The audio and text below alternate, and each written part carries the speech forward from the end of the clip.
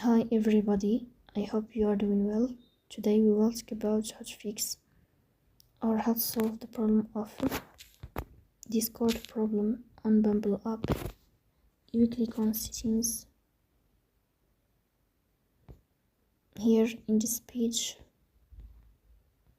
You click on apps, default apps, app settings. In this page you will search about Bumble app.